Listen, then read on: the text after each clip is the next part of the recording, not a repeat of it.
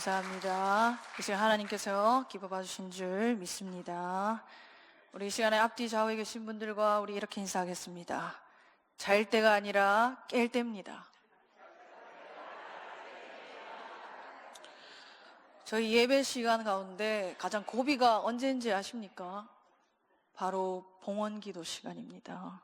그 시간을 기회로 삼고 주무시는 분들을 많이 보았습니다. 그때 탄력 받은 분들은 설교 시간에도 보시면 꾸벅꾸벅 주무십니다. 그러나 지금은 잘 때가 아니라 언제입니까? 깰 때입니다. 정신 차리시고 하나님께서 오늘 말씀을 통하여서 어떤 말씀을 주실지 은혜를 사모하는 가운데 풍성한 은혜를 누리시는 우리 성도님들 다 되실 수 있기를 축복합니다. 우리 성도님께서는 오늘 앞에서 설교하는 저에 대해서 얼마나 알고 계십니까? 우리 전교인 수련회 참석했던 분들이라면 제가 어떤 음식을 좋아하는지 정도는 알고 계실 겁니다. 제가 혹시 어떤 음식 좋아하는지 아십니까? 네, 알고 계십니다. 떡볶이입니다.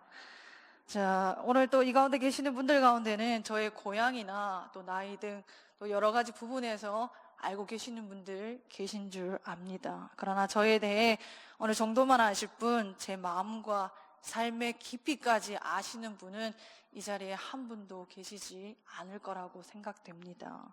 저 역시 마찬가지입니다. 우리 성도님들의 이름과 몇 가지의 정보만 알 뿐이지 우리 성도님들의 삶에 대해서 저는 다 알지 못합니다. 그렇다면 성도님들 삶 속에서 성도님을 가장 잘 아는 사람이라면 누가 먼저 떠오르십니까? 보통은 가장 가까이 있는 사람을 떠올리기 마련입니다. 제가 이전에 이 본문을 가지고 설교 준비하면서 나를 가장 잘 아는 사람이 누가 있을까라고 생각한 적이 있습니다. 우리 처음에는 어머니가 떠올랐습니다. 그렇지만 어머니나 떠나 살아온 세월이 있어서 저의 모든 모습까지는 잘 모르시지 않을까 싶었습니다. 그러면서 생각했던 게 나를 잘 아는 사람 중에 한 친구가 기억이 났습니다. 너무 오래 함께 지내다 보니 표정만 봐도 다 아는 친구가 있습니다. 제가 사역을 하다 보면 가끔 제 자신이 어떤 사람인지에 대해서 헷갈릴 때가 있습니다. 그때마다 제 친구를 만나면 내가 이런 사람이었구나라고 깨달을 때가 많았습니다. 그래서 저는 그 친구를 저를 가장 아는 사람, 잘 아는 사람이라고 생각했습니다. 그러면서 마음 한켠에 혹시 이거 나만 이렇게 생각하면 서운할 것 같은데 싶어서 저는 궁금해서 그 친구에게 카톡 메시지를 보냈습니다. 톡으로 친구에게 니를 제일 잘 아는 친구는 누구라고 생각하노? 라고 물었습니다. 그리고 잠시 뒤에 답이 왔는데 뭐라고 왔는지 압니까? 한 글자로 왔습니다. 그 한 글자는 바로 너였습니다. 그리고 이어 그 친구가 톡을 보내왔는데 그 말이 오늘 설교에서 나누고 싶은 이야기입니다. 친구가 이어서 한 말은 근데 나도 날 모름이었습니다. 짧은 말이지만 참 맞는 말입니다. 친구가 자기를 아는 사람 중에서 제가 자기를 가장 잘 안다고 말한 것이지 제가 그 친구의 모든 것을 안다는 뜻은 아니었습니다. 그 친구의 말처럼 우리는 우리 자신에 대해서 잘 알지 못합니다. 우리는 스스로 나를 가장 잘 안다고 생각하지만 정작 우리 마음조차 온전히 이해하지 못할 때가 너무나 많습니다.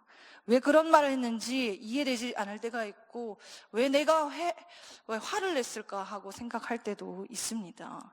에레미야 17장 9절 말씀 보시면 만물보다 거짓되고 심히 부패한 것은 마음이라 누가 능히 이를 알리요라고 되어 있습니다. 우리 마음은 우리 자신도 잘 알지 못합니다. 나는 믿음이 좋은 사람이 생각했는데 작은 문제 앞에서 우리는 쉽게 넘어집니다.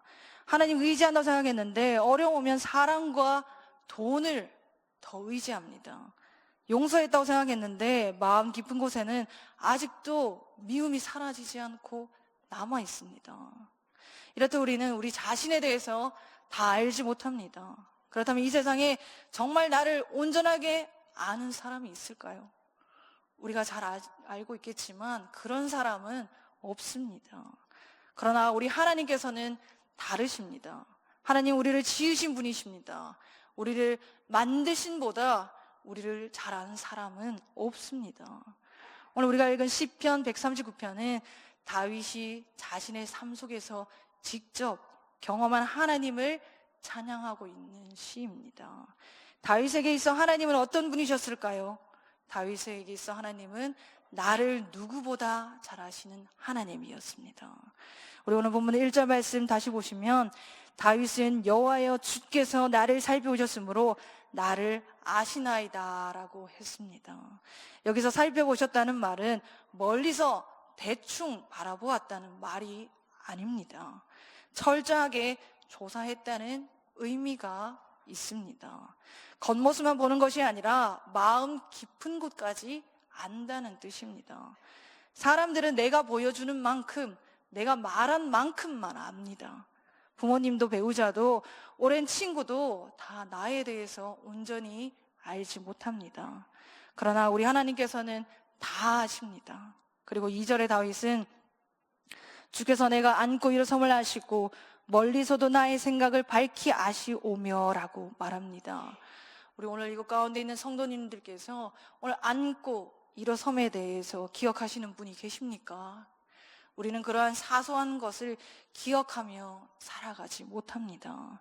그러나 하나님께서는 우리의 사소한 움직임까지도 다 알고 계십니다. 심지어 우리의 생각까지도 우리 하나님은 다 알고 계십니다. 사람들은 내가 웃으면 행복한 줄 압니다. 그러나 하나님은 웃는 얼굴 뒤에 감춰진 나의 눈물을 아십니다. 사람들은 괜찮습니다라고 하는 나의 말만 듣습니다. 그러나 하나님께서는 괜찮지 않는 나의 마음을 알고 계십니다. 입 밖으로 꺼내지 못한 기도도, 삼켜버린 눈물도, 아무에게도 말하지 못한 상처도 우리 하나님께서는 모두 알고 계십니다. 이어 3절에서 다윗은 이렇게 말합니다. 나의 모든 길과 내가 눕는 것을 살펴보셨으므로 나의 모든 행위를 익히 아시오니 라고 말했습니다. 다윗의 말처럼 하나님께서는 우리의 모든 행위도 알고 계십니다. 주일에 예배드리는 모습만 아시는 분이 아니십니다. 주일에 드리는 예배뿐 아니라 직장에서의 나도, 가정에서의 나도 하나님은 모두 알고 계십니다. 사람들이 볼 때 친절하지만 집에서 쉽게 화내고 욕하는 모습도 하나님은 아십니다.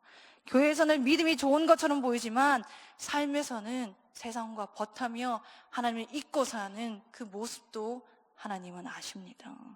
남들에게는 말하지 않았지만 마음속에 품고 있는 욕심과 미움도 하나님은 다 알고 계십니다.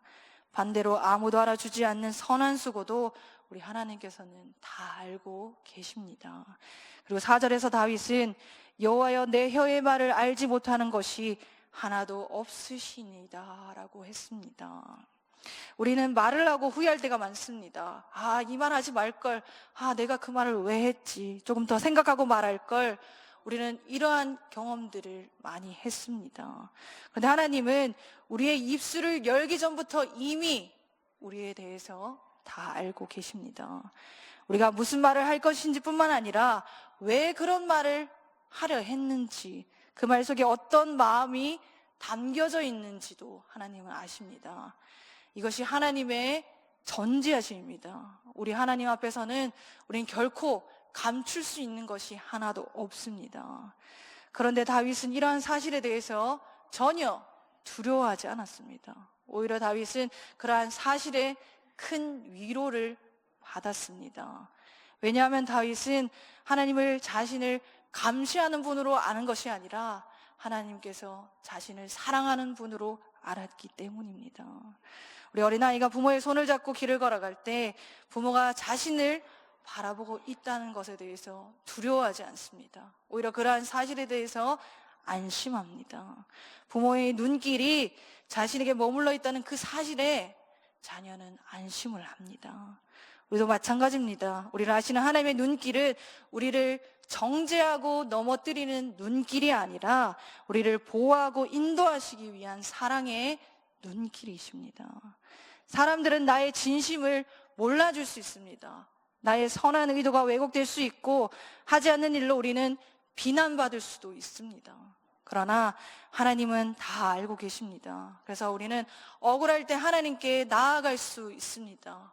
외로울 때 우리는 하나님께 나아가서 우리는 기도할 수 있습니다.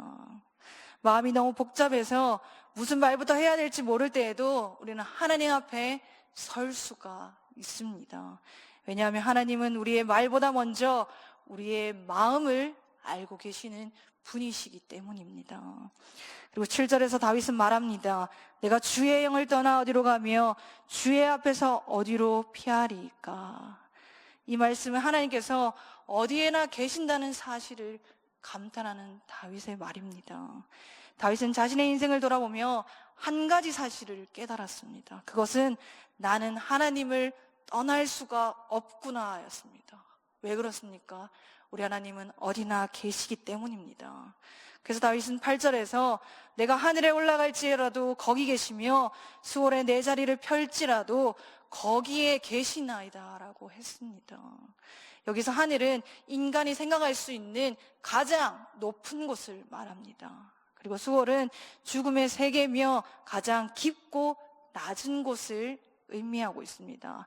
다시 말하면 가장 높은 곳에 올라가도 하나님이 계시고 가장 낮은 곳으로 내려가도 하나님이 계신다는 뜻입니다. 이어지는 9절과 10절도 같은 의미의 말씀입니다. 우리 9절과 10절 말씀 함께 읽겠습니다. 시작. 내가 새벽 날개를 치며 바다 끝에 가서 거주할지라도 거기서도 주의 손이 나를 인도하시며 주의 오른손이 나를 붙드시리이다. 아멘. 당시 사람들에게 바다 끝은 사람이 갈 수 있는 가장 먼 곳을 의미했습니다. 우리 오늘날로 말하면 지구 반대편까지 간다 하더라도 하나님의 손길은 벗어날 수 없다는 뜻입니다. 그런데 다윗은 단지 거기에도 하나님이 계신다라고만 말하지 않았습니다. 거기서도 주의 손이 나를 인도하시며 주의 손이 나를 붙드시리이다 라고 말했습니다. 하나님은 멀리서 나를 바라보시기만 하는 분이 아닙니다. 나의 손을 붙드시고 인도하시는 하나님이 되십니다. 내가 어디로 가야 할지 모를 때에 하나님께서는 나를 인도하십니다. 내가 더 이상 버틸 힘이 없다고 느낄 때에도 하나님께서는 나의 손을 결코 놓지 않으십니다. 우리는 인생을 살아가면서 수많은 자리를 지나갑니다. 기쁨의 자리도 지나고 슬픔의 자리도 지나고 성공의 자리도 지나며 우리는 실패의 자리도 지납니다. 건강할 때도 있지만 우리는 병들 때도 있습니다. 사람에게 인정받을 때도 있지만 아무도 내 맘 알아주지 못하는 외로운 시간을 우리는 보내야 할 때도 있습니다. 그러나 변하지 않은 사실이 하나 있습니다. 어느 자리에서든 하나님께서 우리와 함께 하신다는 사실입니다. 환경은 변합니다. 사람도 변합니다. 내 감정도 변합니다. 어제는 감사했지만 오늘은 불평할 수 있습니다. 그러나 우리 하나님께서는 변하지 않으십니다. 그래서 다윗은 거기서도라고 고백했습니다. 내가 원하지 않던 자리에 있을 때에도, 내가 계획하지 않았던 일을 겪을 때에도, 누구에도 설명할 수 없는 아픔 가운데 있을 때에도 하나님은 거기서도 우리를 붙들고 계십니다. 살아가다 보면 때로 하나님이 멀리 계신 것처럼 느껴질 때가 있습니다. 그래서 하나님께서 나를 떠나신 것 아닌가라는 또 의심이 들기도 합니다. 그러나 실상은 하나님께서 한 번도 우리를 떠난 적이 없다는 것입니다. 다만 내가 하나님께서 함께 하심을 느끼지 못하고 살아갈 뿐입니다. 다윗도 그런 시간을 지나왔습니다. 사울에게 쫓겨 광야를 헤맬 때가 있었습니다. 또 압살롬 자기 아들에게 쫓겨 도망할 때도 있었습니다. 죄를 짓고 눈물로 회개할 때도 있었습니다. 그러나 긴 세월을 지나보니 한 가지 사실만은 분명했습니다. 그것은 하나님은 한 번도 나를 떠나지 않으셨다는 겁니다. 그래서 다윗은 확신 있게 고백했습니다. 거기서도 주의 손이 나를 인도하시며 주의 오른손이 나를 붙드시리이다. 아멘. 사랑하는 성도 여러분, 성도님들의 인생 가운데, 지나온 삶 가운데도 잊혀지지 않는 힘든 순간들이 있었을 겁니다. 그러나 지금 그 모든 시간들을 우리 성도님들은 지나오셨습니다. 그렇다면 그 모든 시간을 우리가 어떻게 지나올 수 있었겠습니까? 이유는 단 한 가지입니다. 하나님께서 우리를 붙들어 주셨기 때문입니다.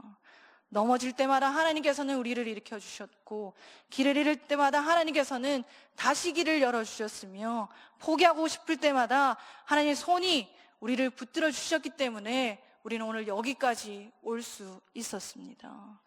몇 해 전 우리는 코로나19라는 큰 어려움을 우리 함께 겪었습니다. 당연하게 여겼던 일상이 무너졌고 사람을 만나는 것조차 너무나 어려웠습니다. 무엇보다 성도들이 교회에 함께 모여 예배드리는 것이 쉽지 않았습니다. 그때 사람들이 말했습니다. 하나님은 지금 어디 계시는가? 왜 이런 일이 일어났으며 이 시간은 언제 끝나는가? 라고 질문했습니다. 그러나 시간이 흐른 지금 돌아보면 분명한 사실이 있습니다. 하나님께서는 그 시간에도 여전히 일하고 계셨습니다. 하나님께서는 교회를 붙들고 계셨고 우리 성도 한 사람 한 사람을 붙들고 계셨습니다. 병실에서도, 격리된 방 안에서도, 가정에서도, 직장에서도, 외로운 시간에서도 하나님께서는 여전히 우리를 붙들고 계셨습니다. 우리가 보지 못했을 뿐 하나님께서는 단 한순간도 쉬지 않고 일하고 계셨습니다. 오늘 다윗이 소개하는 하나님이 바로 그런 하나님입니다. 내가 어디로 가든지 거기 계시는 하나님. 그 하나님 오늘 우리와 함께 하십니다. 믿으십니까? 아멘. 근데 문제는 하나님은 우리와 함께 계시지만 우리가 계속 잊어버린다는 겁니다. 사람이 살아가기 위해서는 물론 잊어버려야 할 일이 있습니다. 과거의 모든 고통과 상처를 하나도 잊지 않고 우리가 붙들고 있다면 한 걸음도 우리는 내딛어 나갈 수 없습니다. 그러나 우리가 절대로 잊어서 안 되는 것이 있습니다. 바로 하나님께서 지금도 나와 함께 한다는 사실입니다. 그러나 우리는 입술로는 하나님께서 함께 한다고 고백하면서 실제 삶에는 사람을 더 바라보고 환경에 집중하며 눈앞의 문제에 집중할 때가 더 많습니다. 그래서 신앙 가운데 우리가 끊임없이 감당해야 할 싸움이 있습니다. 그 싸움은 하나님을 기억하는 싸움입니다. 하나님의 임재를 경험하는 싸움입니다. 우리가 말씀을 읽고 기도하는 이유도 바로 여기 있습니다. 말씀을 통해 하나님이 어떤 분인지 우리는 기억하고 기도를 통해서 문제보다 크신 우린 하나님을 바라봐야 되는 것입니다. 사진 앞에 설교하고 있는 저 역시 매 순간 하나님을 인식하며 살아가고 있는 것은 아닙니다. 그래서 이 말씀은 우리 성도님들께만 주는 말씀이 아니라 저에게도 주시는 하나님의 말씀입니다. 무엇보다 제가 이렇게 말씀드리는 것은 저도 그렇고 우리 성도님도 그렇지만 우리 함께 다시 한번 하나님을 바라보자는 것입니다. 우리가 다시 한번 나아가려 할 때 우리 하나님께서 도와주시지 않겠습니까? 하나님께서는 우리의 연약함을 아십니다. 넘어지면서 다시 일어나려는 우리의 마음을 아시고 하나님 향해 한 걸음이라도 내디려는 우리의 중심을 알고 계십니다. 그리고 우리가 하나님 향해 마음을 돌릴 때 하나님께서는 우리의 생각을 새롭게 하시고 다시금 걸어갈 힘을 주십니다. 그러나 믿음은 마음의 한 번의 결심만으로 지켜지는 것은 아닙니다. 오늘 받은 은혜도 우리가 일상으로 돌아가면 잊어버릴 수 있습니다. 그래서 우리는 계속해서 말씀을 가까이 하며 우리의 마음을 하나님께로 우리는 돌이켜야 합니다. 말씀을 통해 하나님이 어떤 분인지를 우리는 기억하고 그 말씀이 우리의 선택과 우리의 길을 이끌어가도록 해야 합니다. 무엇보다 하나님의 말씀이 우리 안에 살아있을 때 그 말씀이 우리의 삶을 붙들어 줍니다. 하루 종일 우리가 텔레비전만 보고 있으면 그 내용만 생각납니다. 우리가 또 하루 종일 스마트폰만 보고 있으면 그날 봤던 내용만 생각이 나고 머릿속에 남아 있습니다. 마찬가지로 말씀을 가까이 하면 말씀이 우리의 생각을 붙들고 결국 우리의 선택까지 이끌어가게 되어 있습니다. 우리는 매일 선택의 갈림길에서 살아갑니다. 오늘 하나님 앞에서 살아갈 건지 세상의 기준으로 따라 살아갈 건지는 내가 선택합니다. 그런데 안타까운 것은 우리가 그것이 선택이라는 사실조차도 우리는 인지하지 못하고 살아갑니다. 오늘 하루의 행동과 말과 결정은 모두 내가 선택했습니다. 누구의 뜻을 따를 것인지, 어디에 시간을 사용할 것인지 모두 내가 선택한 결정입니다. 예배의 자리도 마찬가지입니다. 하나님 앞에 나와서 내가 예배할 건지, 다른 일을 먼저 하고 선택할 건지, 그 모든 선택 속에서 우리의 마음이 어디를 향하고 있는지 드러납니다. 우리는 코로나 시기를 지나면서 영상 예배에 익숙해졌습니다. 처음에는 어색했지만 지금은 자연스러운 일이 되었습니다. 그때 이렇게 이야기한 사람이 있었습니다. 하나님은 어디에나 계시는데 집에서 예배드려도 똑같지 않습니까? 라고 하는 사람들이 있었습니다.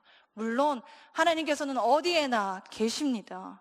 교회에도 계시고 가정에도 계시고 직장에도 계시며 병실에도 계십니다. 그러나 하나님께서 어디에나 계신다는 사실과 하나님께서 세우신 예배 공동체를 소홀하게 하는 것은 다른 이야기입니다. 하나님께서는 우리에게 혼자 신앙생활 해라고 말씀한 적이 없으십니다. 히브리서 10장 24절과 25절에는 이렇게 말씀하십니다. 서로 돌아보아 사랑과 선행을 격려하며 모이기를 패하는 어떤 사람의 습관과 같이 하지 말고 오직 권하여 그날이 가까움을 볼수록 더욱 그리하자라고 되어 있습니다. 우리가 함께 모이는 이유는 단순하게 예배 순서에 참여하기 위함이 아닙니다. 우리 서로를 돌아보기 위해서 우리는 이 자리에 나와 있습니다. 낙심한 사람을 위로하고 믿음이 약한 사람을 붙들어주며 사랑과 선행을 격려하기 위해서 우리는 이 시간 이곳 가운데서 예배 드립니다. 그래서 예배는 하나님과의 만남인 동시에 하나님 안에서 성도들이 함께 세워져가는 공동체의 시간입니다. 우리 예배 마치고 돌아갈 때 우리의 관심은 하나님께만 머무는 것이 아니라 하나님께서 맡기신 공동체도 우리는 향해 가야 합니다. 오랫동안 보이는 성도는 없는지, 아픈 성도는 없는지, 기도가 필요한 성도는 없는지 서로를 돌아보고 함께 짐을 나누는 것이 하나님께서 교회를 세우신 이유입니다. 교회는 단순히 같은 공간에 모인 사람이 아니라 서로의 믿음을 세워주는 공동체입니다. 근데 여기서 우리가 한 가지 더 생각하며 나아가야 하는 것이 있습니다. 우리가 함께 모여 예배하는 것이 중요하지만 예배의 자리에 몸이 나와 있다고 해서 저절로 참된 예배가 되는 것이 아닙니다. 찬송도 부를 수 있고 기도할 수 있고 우리 말씀 들을 수 있습니다. 그러나 우리 마음까지 하나님께 향하는 일은 단순한 우리의 의지와 노력으로는 되지 않습니다. 그 일을 위해서는, 참된 예배를 위해서는 무엇보다 성령님의 도우심이 필요합니다. 우리의 굳은 마음을 열어주시고 흐드러진 시선을 하나님께 돌려주시며 살아계신 하나님을 바라보게 하는 분이 바로 성령님이시기 때문입니다. 에이든 토저 목사님은 자신의 책 예배인가 쇼인가에서 예배를 하나님과 예배자가 사랑 안에서 인격적으로 만나는 것이라 말했습니다. 그리고 참된 예배를 위해서는 무엇보다 성령님의 도움이 필요하다고 강조하셨습니다. 그러므로 예배는 단순히 순서를 따라 참석하는 걸로 우리는 끝나서는 안 됩니다. 살아계신 하나님을 만나고 그분의 임재를 경험하는 것이 예배의 본질입니다. 그래서 우리는 예배 자리에 나올 때마다 성령님의 도우심을 우리는 간구해야 합니다. 겉으로 보기에는 모두가 같은 예배를 드리는 것처럼 보일 수 있습니다. 그러나 하나님을 사모하며 드리는 예배와 형식적으로 드리는 예배는 결코 같다고 말할 수 없습니다. 하나님은 우리의 겉모습이 아니라 우리의 중심을 보시는 분이십니다. 코로나가 심할 당시 우리는 교회에 나와서 예배 드리지 못하는 것에 참으로 힘들어했습니다. 그런데 돌아보면 교회에 나오는 것은 그렇게 안타까워하면서도 정작 교회에 나와 있어서 하나님을 바라보지 못하는 것에 대해서는 무감각했습니다. 중요한 것은 단순히 예배의 자리를 채우는 것이 아닙니다. 예배의 자리에 몸을 드리는 것과 함께 우리의 마음도 드릴 수 있어야 합니다. 또한 하나님을 만나고 바라보는 일은 예배 시간에만 우리는 머물러 있어도 안 됩니다. 예배 가운데 하나님을 만났다면 우린 그 하나님과 함께 우리의 일상으로 나가야 합니다. 결국 예배는 우리를 다시 삶의 자리로 보내는 시간입니다. 우리는 세상의 문제를 해결을 위해서는 많은 시간과 노력을 투자합니다. 더 좋은 직장을 위해서 애쓰고 가정을 위해서 우리는 수고하며 건강을 위해서 노력합니다. 그러나 우리가 하나님을 알아가는 일에 대해서는 그만큼의 시간과 마음을 우리는 투자하지 못할 때가 많습니다.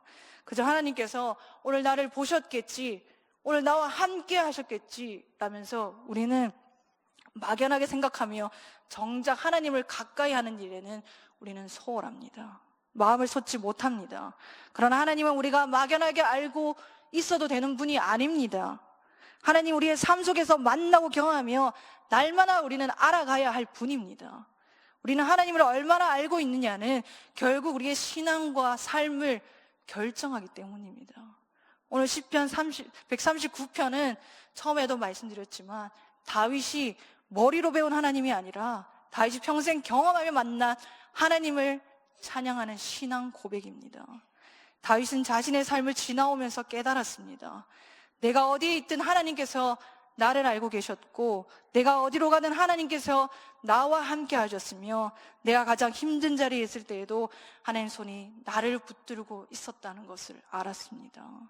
그렇다면 이 시간 우리 성도님들이 자신에게도 질문해 보았으면 좋겠습니다. 성도님들께 있어 하나님은 어떤 분이십니까? 책에서 배운 하나님이십니까? 아니면 삶 속에서 만나고 경험한 하나님 되십니까? 다윗의 하나님은 오늘 우리의 하나님이며 나의 하나님이 되십니다. 어제도 살아계셨고 오늘도 우리와 함께 하시며 내일도 우리의 손을 붙드시는 하나님이 되십니다.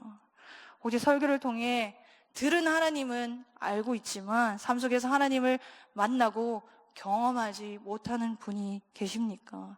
그렇다면 오늘 말씀을 통해서 하나님을 아는 것이 인생에서 가장 중요한 일임을 깨달을 수 있기를 바랍니다.